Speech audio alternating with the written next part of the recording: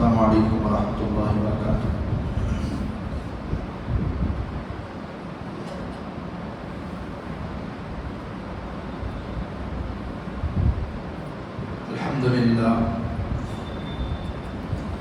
الحمد للہ نحمده ونستعینه ونستغفره ونؤمن به ونتوکل علیہ ونعوذ باللہ من شرور انفسنا ومن سیئات اعمالنا من يهده الله فلا مضل له ومن يضلله فلا هادي له ونشهد أن لا إله إلا الله وحده لا شريك له ونشهد أن سيدنا وسندنا ومولانا محمدا عبده ورسوله وصلى الله تبارك وتعالى عليه وسلم تسليما كثيرا كثيرا أما بعد فأعوذ بالله من الشيطان الرجيم بسم الله الرحمن الرحيم ما يلفظ من قول إلا لديه رقيب عتيد وقال الله عز وجل في موضع آخر قال رب اجعل لي آية قال آيتك ألا تكلم الناس 3 ليال سويا صدق اللہ العظیم۔ وقال النبي صلی اللہ علیہ وسلم الصمت النجاة وقال علیہ الصلاة والسلام في موضع آخر من سکت سلم او من سکت نجا او كما قال علیہ الصلاة والتسلیم۔ ہر قسم کی تمام تعریفیں سزاوار ہوں اس خالق کائنات پر جو تمام جہانوں کا پالنہار ہے۔ درود و سلام ہو ذات قدوسی وشیم صاحب الجود والکرم تاجدار حرم نبی اکرم صلی اللہ علیہ وسلم پر اور آپ کی آل و اولاد پر، تمام صحابہ پر، تابعین پر، تبع تابعین پر، متبعین پر، تمام اولیاء اللہ پر، اسی طریقے سے یہ سلسلہ چلتا رہے قیامت تک کے آنے والے تمام مسلمانوں پر۔ میرے محترم عزیز دوستوں، بزرگوں اور نوجوان ساتھیوں، ولایت کسے کہتے ہیں؟ یعنی تصوف کا خلاصہ کیا ہے؟ بزرگیت کا خلاصہ کیا ہے؟ تو بزرگوں نے کہا کم گفتن، کم خوردن اور کم خفتن، یعنی کم بولنا، کم کھانا، کم سونا، کم ملاقات کم کرنا۔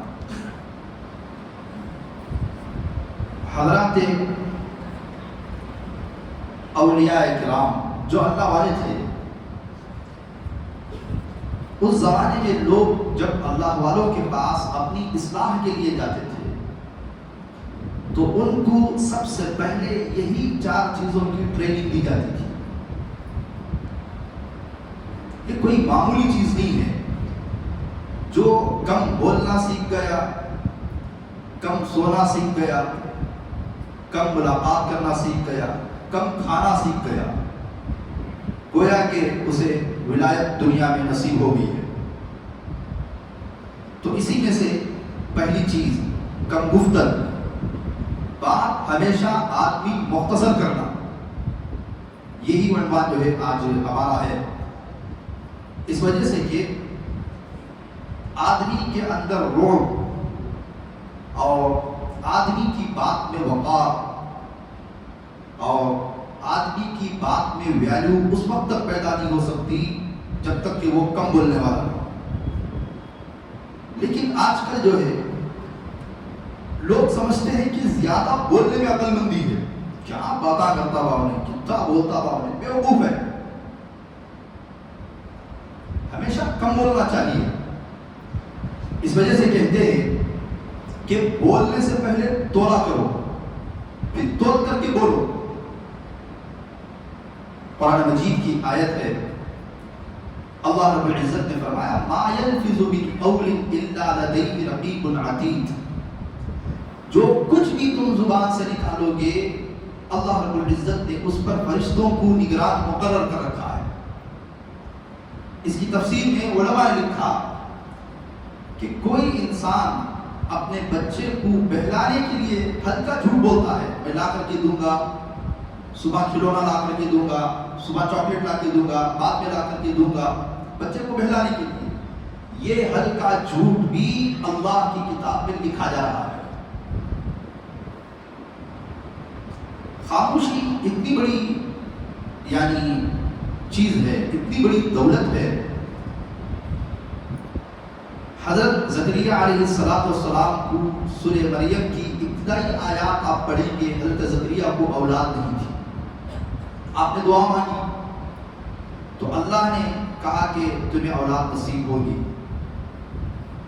پھر انہوں نے کہا کہ میری بیوی 5 ہے، میری ہڈیاں گل گئی ہیں. تو اللہ نے فرمایا یہی خدا کا فیصلہ ہے، لیکن اولاد تو تمہیں ملے گی. اس کے بعد حضرت زکریا نے فرمایا نشانی کیا ہوگی، کب ملے گی، علامات کیا ہوگی. کہا اتکلم الناس 3 لیال سویا، کہ تم لوگوں سے 3 دن تک بات چیت بند رکھو گے، اللہ تعالیٰ یہ انعام تمہیں دے گا. بڑے بڑے انعامات اللہ تعالیٰ نے انسانوں کو خاموشی کے بعد عطا کیا ہے. حضرت ابو بکر صدیق رضی اللہ عنہ کے بارے میں آپ کی سیرت میں مجھے ایک ایسی بات ملی جو آج تک مجھے اس سے پہلے نہیں معلوم تھی. شاید آپ حضرات نے یعنی اکابر علماء کے بیان میں وہ بات سنی ہوگی، آپ حضرات کے علم میں ہوگا، لیکن خدا کی عزت و جلال کی قسم آج ہی مجھے وہ بات میرے علم میں آئی. اس سے پہلے یہ بات میرے علم میں نہیں آئی تھی. وہ بات یہ ہے کہ حضرت ابو بکر صدیق رضی اللہ عنہ کم بولنے کے لیے تاکہ میں نہ بولوں کنکریوں کو دھو کر کے زبان میں رکھتے تھے ہمیشہ. کب تک رکھے یہ ٹریننگ، کب تک کی؟ 1 سال تک کنکریاں دھو کر کے زبان میں رکھے. بولے کہ تو زبان زخمی ہو جائے. کنکر زبان میں صبح سے لے کر شام تک کنکریاں زبان میں ہیں. حوالہ موجود ہے. ظاہر بات ہے اتنے سالوں میں نے یہ پہلی بار بات پڑھی تو میں نے اس کی تحقیق بھی کی، بھی بات صحیح بھی ہے کہ کیا ہے. لیکن یہ بات بڑی کتابوں میں سیرت کی اور دیگر کتابات بھی کتابوں میں یہ بات حضرت ابو بکر صدیق رضی اللہ عنہ کے حوالے سے موجود ہے. اب دیکھیے چند چیزیں میں لکھ کر کے لایا ہوں. اتنے اقوال ہیں، میں آپ حضرات کے سامنے پڑھتا جاؤں گا اور اس کو سناتا جاؤں گا. جو خاموش رہتا ہے اور زیادہ سنتا ہے بولتا نہیں ہے، اللہ تعالیٰ اسے حکمت عطا کرتے ہیں، وہ دنیا میں حکیم بن جاتا ہے. حکیم کا مطلب وہ حکیم نہیں کہ شادی کے بعد اور شادی سے پہلے ڈاکٹر یوسف سے ملیے. یہ حکیم حکمت والا ہے جو حکمت کی باتیں کرتا ہے. اس کے بعد دیکھیے حضرت عبداللہ ابن سفیان رضی اللہ عنہ نقل فرماتے ہیں، حدیث ہے، قال قلت یا رسول اللہ صلی اللہ علیہ وسلم، انہوں نے اپنے باپ سے نقل کیا کہ ہم نے ایک مرتبہ رسول کریم صلی اللہ علیہ وسلم سے کہا اخبرنی عن الاسلام، اے اللہ کے رسول آپ ہمیں اسلام کے بارے میں کچھ بتائیے. بِأَمْرٍ لَا أَسْأَلُ عَنْهُ أَحَدًا بَعْدَكَ، ایک ایسی بات بتا دیجیے کہ جس کے بعد ہمیں کسی سے اور کچھ پوچھنے کی ضرورت نہ پڑے. شارٹ اینڈ سویٹ، مختصر بات.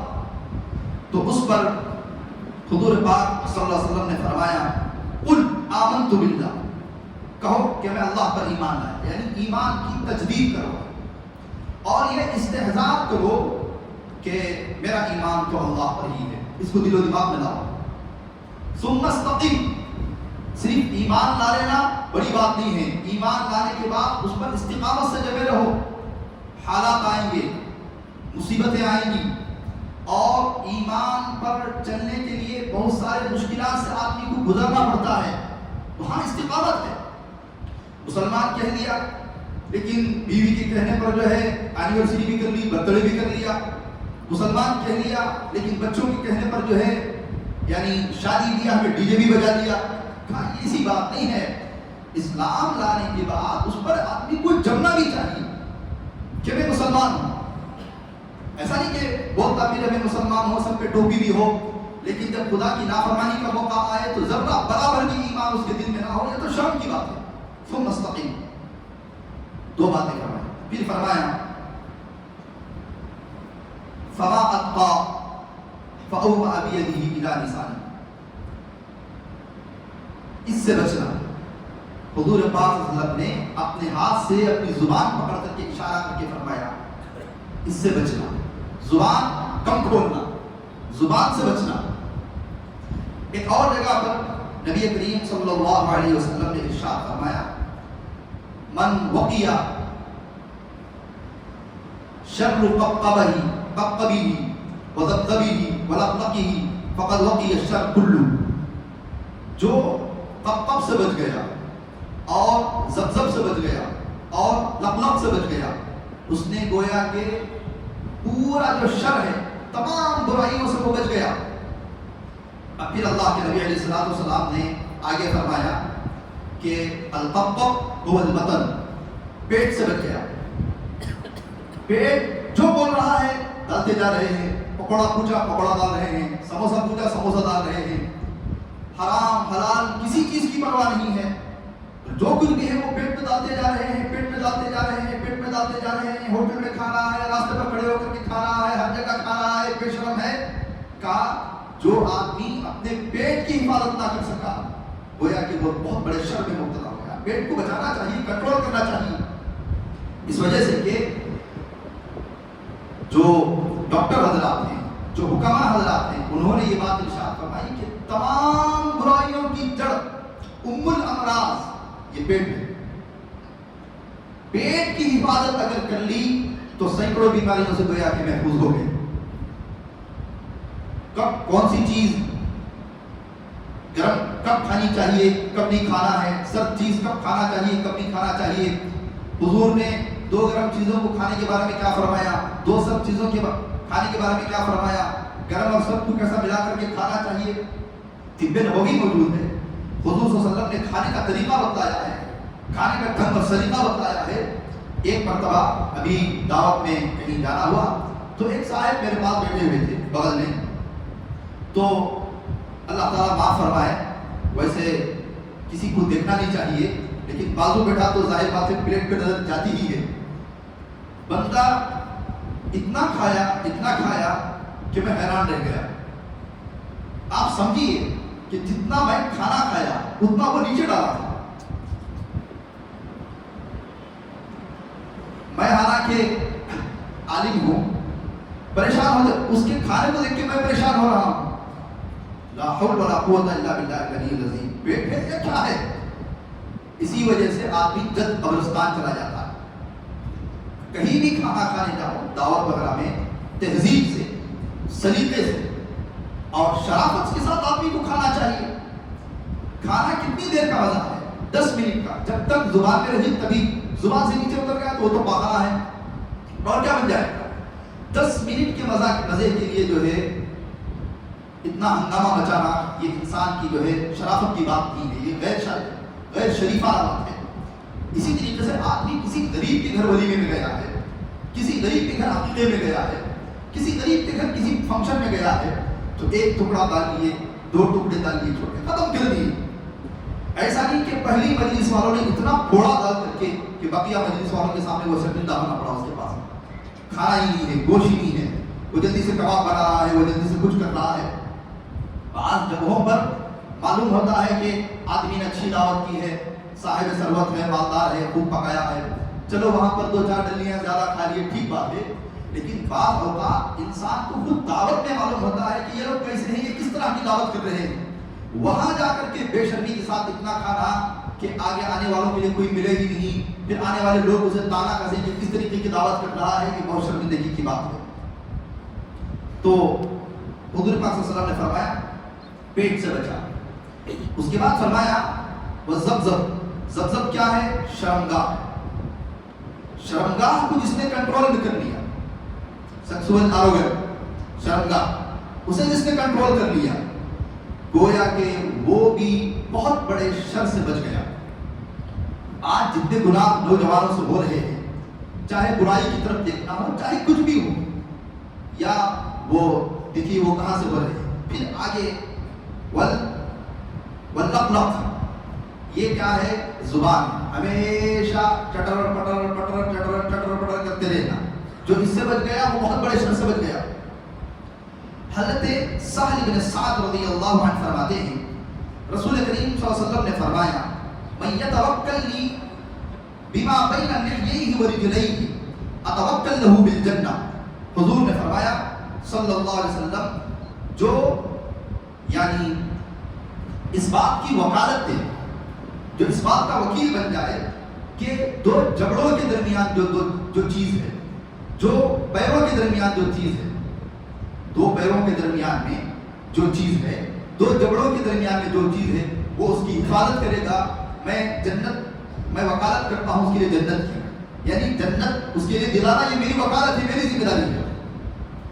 پھر آگے حضور پاک صلی اللہ علیہ وسلم نے فرمایا، حضرت عقبہ بن عامر رضی اللہ عنہ راوی حدیث ہے، حضور سے پوچھا گیا یا رسول اللہ من نجات، نجات سلامتی کس میں ہے؟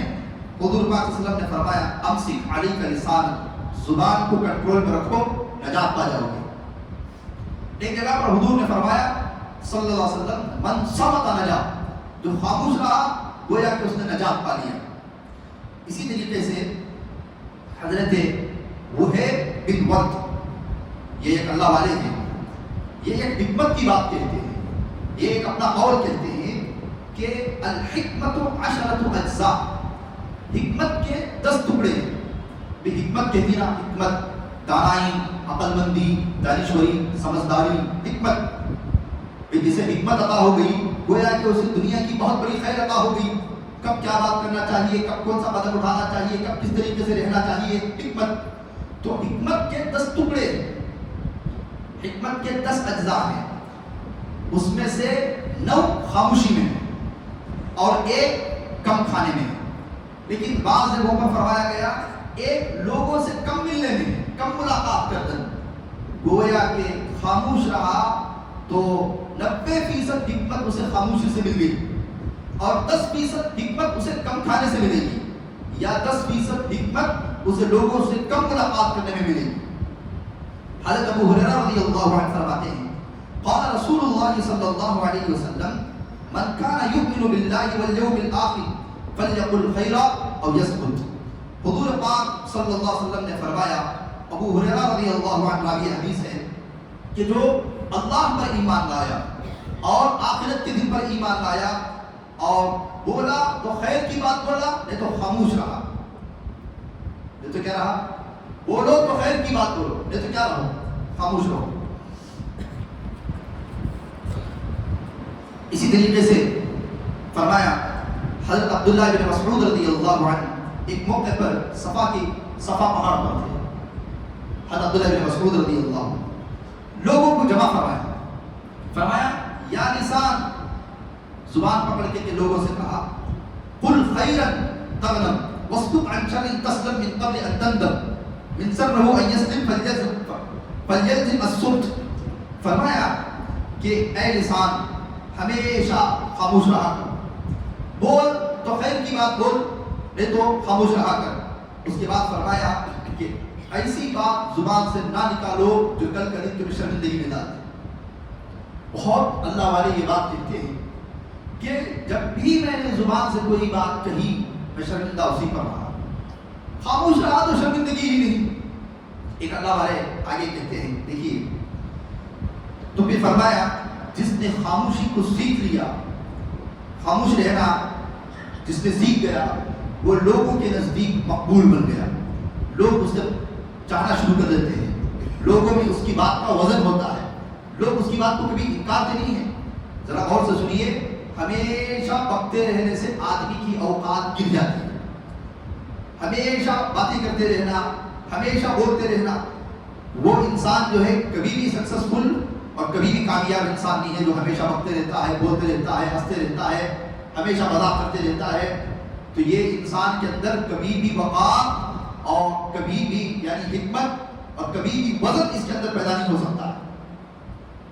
اب دیکھیے آگے، اذا رأيتم المؤمن صموتا وقورا فادنوا منه، اے لوگوں جب تم کسی ایسے انسان کو دیکھو، حدیث حضور پاک کی صلی اللہ علیہ وسلم، حضور پاک نے فرمایا جب تم کسی ایسے مومن کو دیکھو صموتا، وہ ہمیشہ خاموش رہتا ہے، وہ وقارا، وقار سے رہتا ہے، فادنوا منه، اس انسان سے تم قریب ہو جاؤ، اس انسان سے تم دوستی کرو، فإنه يلقن الحکمہ، اس وجہ سے کہ ایسے انسان کے اندر اللہ تعالیٰ حکمت کو ڈالتا رہتا ہے، اور تم کسی حکمت والے انسان کے ساتھ، کسی دانا انسان کے ساتھ، کسی عقل مند انسان کے ساتھ رہو گے تو زندگی میں کامیاب رہو گے۔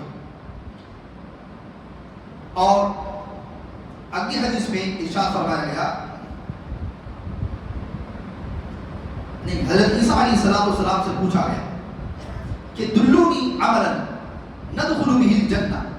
حضرت عیسیٰ علیہ السلام سے حضرت عیسیٰ کے جو حواری تھے، اللہ کے نبی علیہ السلام کے جو ساتھی تھے ان کو صحابہ کہتے ہیں، حضرت عیسیٰ کے صحابی کو جو ہے یعنی حواری کہتے ہیں، احباب حواری کہتے ہیں۔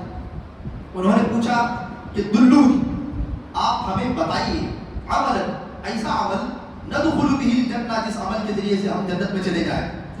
حضرت عیسیٰ علیہ السلام نے فرمایا فاسکت دائما، ہمیشہ خاموش رہا کرو، فمن سکت دائما فقال الا خیر الکلام دخل الجنہ، جو ہمیشہ خاموش رہا، بولا تو خیر کی بات بولا، نہیں تو خاموش رہا، وہ جنت میں چلا گیا۔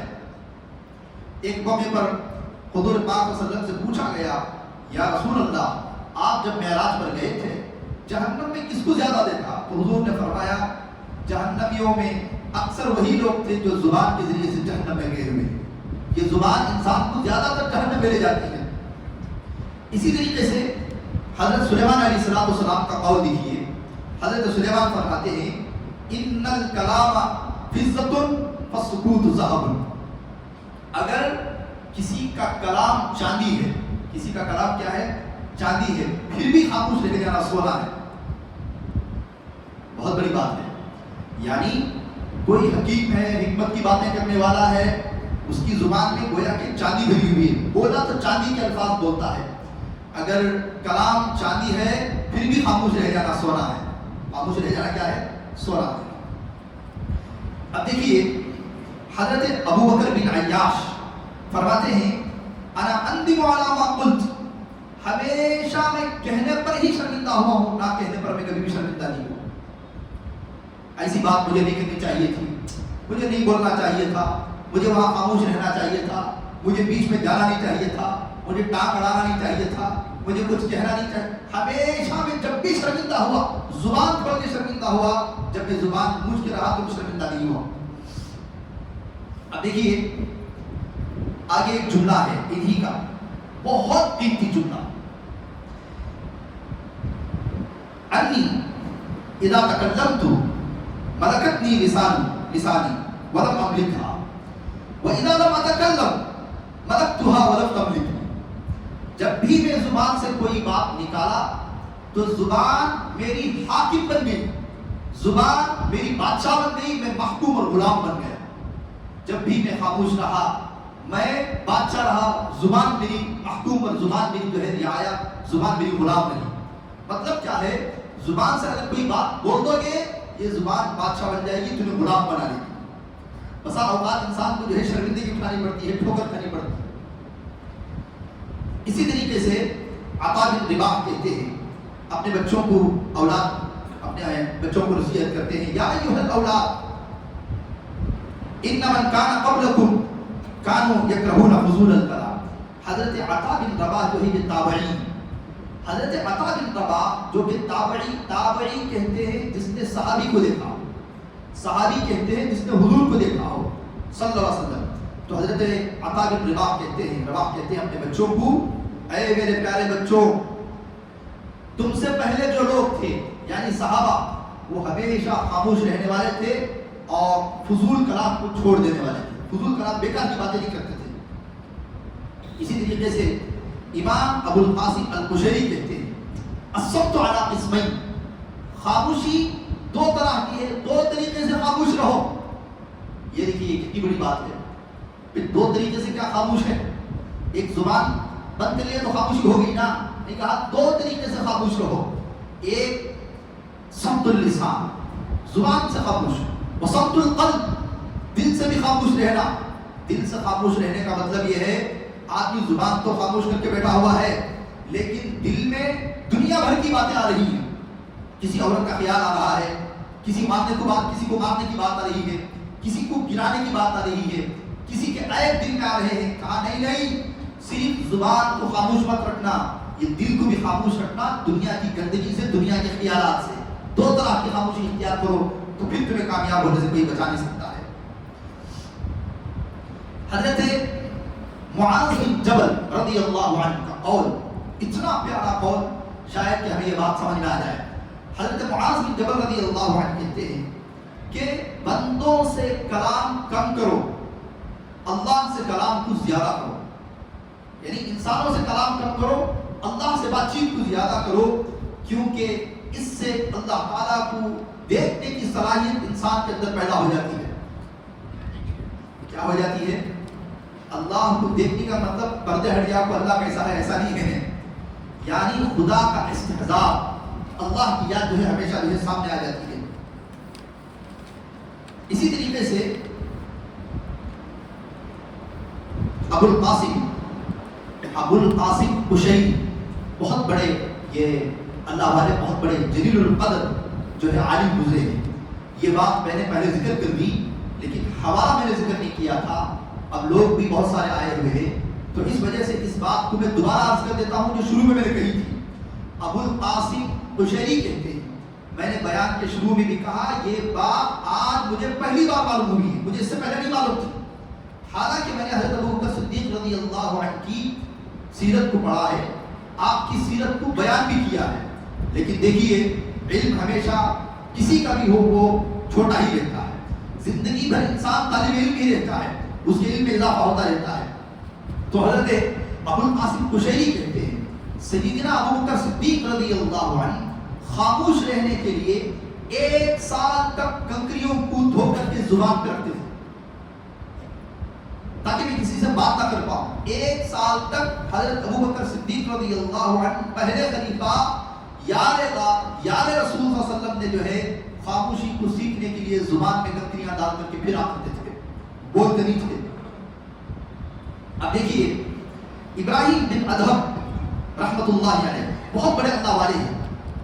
ابراہیم بن ادھم رحمۃ اللہ علیہ کو ایک کھانے کی مجلس میں بلایا گیا، دعوت آئی، حضرت ہمارے یہاں دعوت ہے، حضرت کی عادت ابراہیم بن ادھم رحمۃ اللہ علیہ کی ہمیشہ خاموش رہنے کی تھی، آپ خاموش بیٹھے ہوئے تھے، لیکن جو اس مجلس میں تھے وہ تمام کے تمام یعنی دنیاوی اعتبار سے اللہ نے جن کو منصب دیا تھا، علماء، خاص مجمع ہی تھا، عام مجمع نہیں تھا۔ حضرت ابراہیم بن ادھم کوئی چھوٹے عالم نہیں تھے کہ آئے گئے کہ ہم مجلس میں چلے جائیں گے۔ حضرت ابراہیم بن ادھم رحمۃ اللہ علیہ بیٹھے ہوئے تھے، لوگ غیبتیں شروع ہو گئی، ہمارے یہاں بھی ہوتا نا، جہاں کہیں 4 مرد 2 مرد بیٹھے غیبت کے علاوہ اور کچھ بھی نہیں ہے، حالانکہ یہ کہاوت پہلے عورتوں کے بارے میں مشہور تھی۔ حضرت تھانوی رحمۃ اللہ علیہ نے فرمایا کہ 2 عورتیں ہوں اور جیل میں ہوں تب بھی وہ خاموش نہیں بیٹھے گی، وہ غیبت کرتی رہے گی، لیکن آج بہت ہی افسوس کے ساتھ جو ہے یہ صفت عورتوں سے نکل کر کے مردوں کے اندر آ گئی ہے، عورتوں سے زیادہ آج مرد بولنا شروع ہو گئے، ہمیشہ جو ہے زبان ہلاتے رہتے ہیں۔ اسی وجہ سے حضرت تھانوی علیہ رحمہ کی جو خانقاہیں ہیں وہاں پر چھوٹے چھوٹے کمرے بنے ہوئے ہیں، بہت سارے کمرے ہیں، آپ جا کر کے دیکھیں گے۔ حضرت تھانوی رحمۃ اللہ علیہ اپنے خلفاء جو کوئی بھی ان کے پاس اصلاح کے لیے آتا تھا، اپنی تربیت کے خاطر آتا تھا، حضرت اس کو چلہ کٹاتا تھا، 1 چلہ 2 چلہ، کمرے میں بند، کسی سے بات نہیں کریں گے سوائے شیخ کے، حضرت کے علاوہ کسی کو بات کرنے کی اجازت نہیں تھی، حتیٰ کہ جو کھانا لا کر کے دے گا اسے بھی بات کرنے کی اجازت نہیں تھی، کھانا لا کر کے دے گا، کھا لینا ہے خاموش برتن رکھ دینا ہے 40 دن. اگر عادت نہیں بن پائی 80 دن. اگر عادت نہیں بن پائی 3 چلے 4 چلے. یہ تربیت کراتے تھے خاموش رہنے کی اللہ والے. اس وجہ سے کہ آدمی خاموش رہے گا تبھی تو ذکر کر پائے گا. آدمی خاموش رہے گا تبھی تو خدا کے بارے میں سوچ پائے گا. آدمی خاموش رہے گا تبھی تو جو ہے اسے دنیا بھر کی حکمت نصیب ہوگی. تو بہرحال حضرت ابراہیم بن ادھم رحمۃ اللہ علیہ نے جب دیکھا کہ پورے لوگ غیبت میں مبتلا ہیں, چٹر پٹر پر چڑ بول رہے ہیں, اتنی حکمت کے ساتھ ان لوگوں کو خاموش کروایا. چونکہ سب خاص کا مجمع تھا, ڈائریکٹ ڈانٹ نہیں سکتے تھے.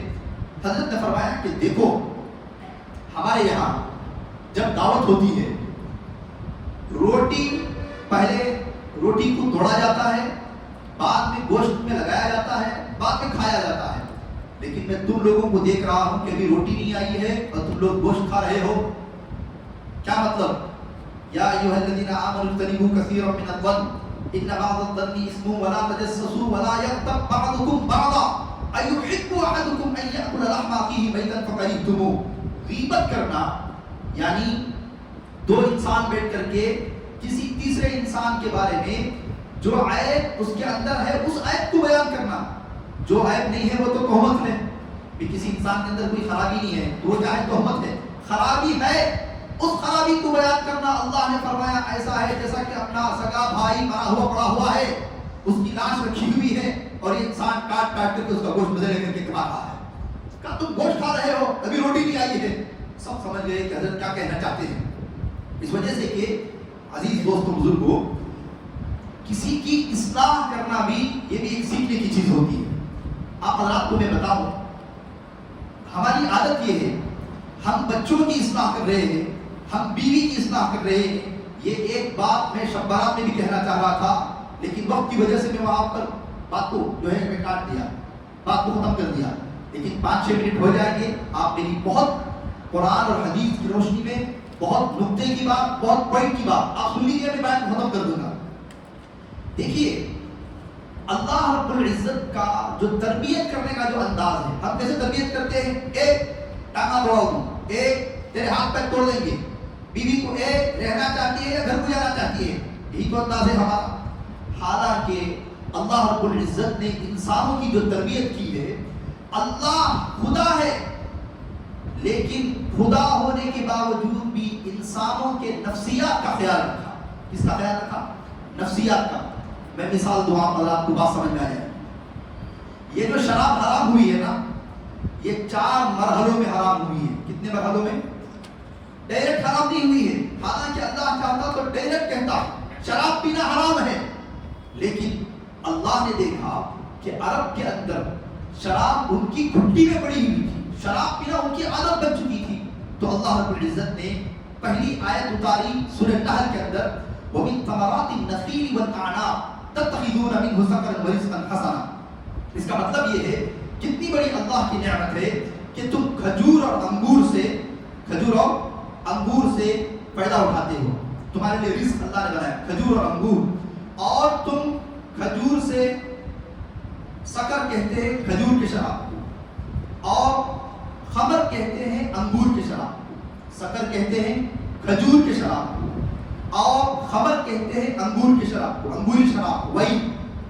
لیکن اللہ نے فرمایا کھجور اور انگور اور کھجور کی شراب, انگور کی شراب کا ذکر نہیں فرمایا. تو بہت سارے صحابہ نے عرض کیا یا رسول اللہ, اللہ نے کھجور کا ذکر فرمایا, انگور کا ذکر فرمایا, پھر کھجور کی شراب کا ذکر فرمایا, لیکن انگور کی شراب کا ذکر نہیں فرمایا. تو اتنی باریک بات کو دیکھ کر کے کئی صحابہ نے انگوری شراب وائٹ پینا چھوڑ دیا کہ اللہ نے قرآن میں اس کا ذکر کیوں نہیں فرمایا کہ وہ بہت اچھا رزق ہے.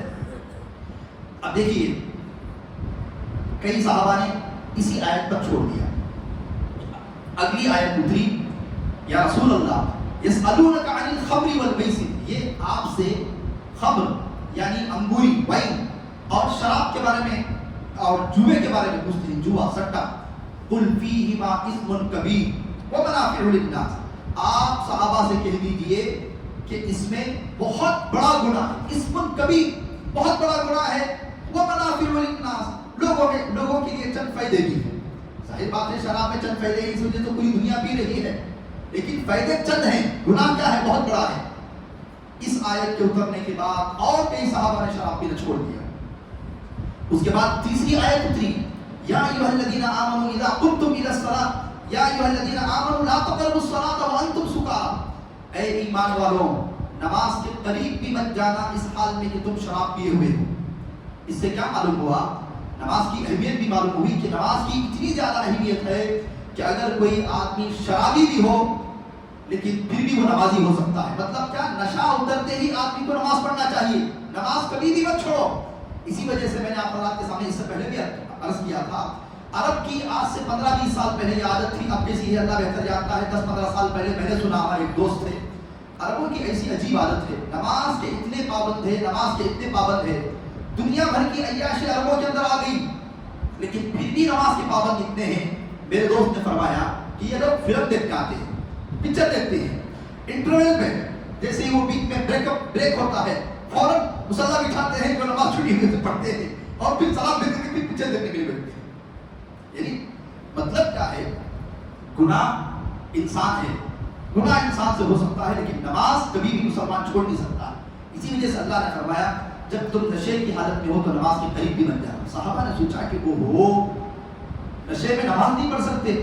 اب 70% صحابہ نے شراب پینا چھوڑ دیا۔ چوتھی مرتبہ پر اللہ نے فرمایا یا ایھا الذین آمنوا انما الخمر والمیسر والانصاب والازلام رجس من عمل الشیطان، اے ایمان والو شراب، جوا اور وہ جو فال کے تیر، یہ سب جو ہے شیطان کے عمل ہیں۔ کھلا شراب کی حرمت کا اعلان ہو گیا۔ اس کی تفسیر علماء لکھتے ہیں اللہ رب العزت چاہتا تو پہلی ہی آیت میں یہ بات کہہ سکتا تھا، لیکن اللہ رب العزت نے یہاں پر بندوں کی نفسیات کا خیال رکھا۔